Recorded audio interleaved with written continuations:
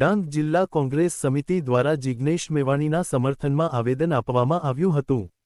ડાંગ જિલ્લામાં ચાલતા દારૂ જુગારના અડ્ડા બંધ કરાવવા માંગ કરાઈ છે। નાનકડા ડાંગ જિલ્લામાં ઘર બેઠા દારૂ મળતો હોવાના આક્ષેપ સાથે આવેદનપત્ર આપવામાં આવ્યું છે। એટલું જ નહીં, ડાંગ જિલ્લામાં ડ્રગ્સ, દારૂ અને જુગાર જેવા અનેક અડ્ડા ચાલતા હોવાનો આક્ષેપ કરવામાં આવ્યા છે।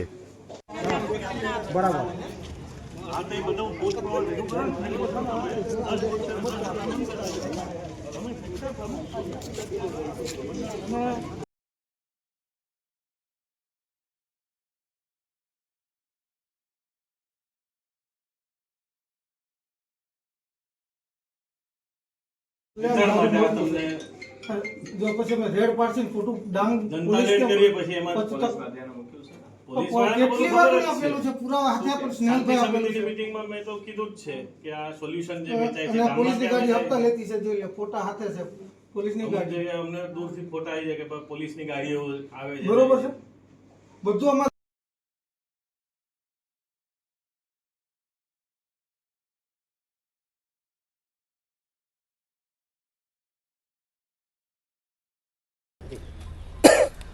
આજે અમે ડાંગ જિલ્લા કોંગ્રેસ સમિતિ વતી કલેક્ટરશ્રીને એક આવેદનપત્ર આપ્યું છે। આજે ગુજરાતમાં જોઈ શકાય છે બેફામ દારૂનો વેપલો ચાલી રહ્યો છે। એની સાથે સાથે ડાંગની વાત કરવામાં આવે તો ગુજરાતનો સૌથી નાનો જિલ્લો, પરંતુ એ નાના જિલ્લાની સાથે સાથે એની એક વિશેષતા આજે ખૂબી જે દેખાય છે કે ડાંગમાં બેફામ દારૂ વેચાઈ રહ્યું છે। દારૂની સાથે સાથે ચરસ, ગાંજા અને ડ્રગ્સ પણ મળી રહ્યા છે। આજે યુવાધન એ આ નશાખોરીમાં લાગી ગયું છે અને એનું ભવિષ્ય બગાડી રહ્યું છે। તેની સાથે સાથે જુગાર પણ એ જ રીતે ચાલી રહ્યો છે। તો આજે કોંગ્રેસ સમિતિ વતી અમે કલેક્ટરશ્રીને જે આવેદનપત્ર આપ્યું છે એમાં આ દારૂના દૂષણ બાબતે તો ફરિયાદ આપી છે, એની સાથે સાથે જે આખા ગુજરાતમાં જે વાત ચાલી રહી છે કે જિગ્નેશભાઈની જે વાત હતી તો એને કોંગ્રેસ સમિતિ વતી અમે ટેકો આપીએ છીએ, કારણ કે જિગ્નેશભાઈએ જે વાત કરી તો એ પટ્ટા છૂટવાની વાત હોય તો એ ભ્રષ્ટ અધિકારીની વાત છે, તો એમાં અમે સમર્થન આપીએ છીએ। અને ડાંગમાં પણ આવા ભ્રષ્ટ અધિકારીઓના પટ્ટા છૂટવા જ જોઈએ, કારણ કે આ ભ્રષ્ટાચાર એ લોકોની રહેમ નજરથી જ ચાલી રહ્યો છે। કારણ કે દારૂનું દૂષણ અને જુગારના અડ્ડાઓ જે ચાલી રહ્યા છે તેની સાથે સાથે પોલીસ સ્ટેશનોમાં દર વખતે દર બીજા દિવસે મારપીટના જે કિસ્સાઓ સામે આવે છે, એમાં મહિલાઓ પર જે અત્યાચાર થાય છે એમાં પણ દારૂ પીને જ લડાઈ ઝઘડા થતા હોય છે। તો આજે આ ડાંગની જે વાત છે અને એની સાથે સાથે જ્યારે ગુજરાતની વાત કરીએ તો છેલ્લા 5 વર્ષમાં વિધાનસભામાંથી જે આંકડો આપણે મળ્યો છે એમાં 16,000 કરોડનું ડ્રગ્સ જે પકડાયું છે, ડ્રગ્સ હોય, ચરસ હોય, ગાંજો હોય, 16,000 કરોડનું જે પકડાયું છે, 5 વર્ષમાં એક વિક્ટમ નથી મળ્યો। તો સરકાર એવી કઈ રીતે ચાલી રહી છે કે એ લોકોને એમાં કોઈ વિક્ટમ નથી મળી રહ્યો।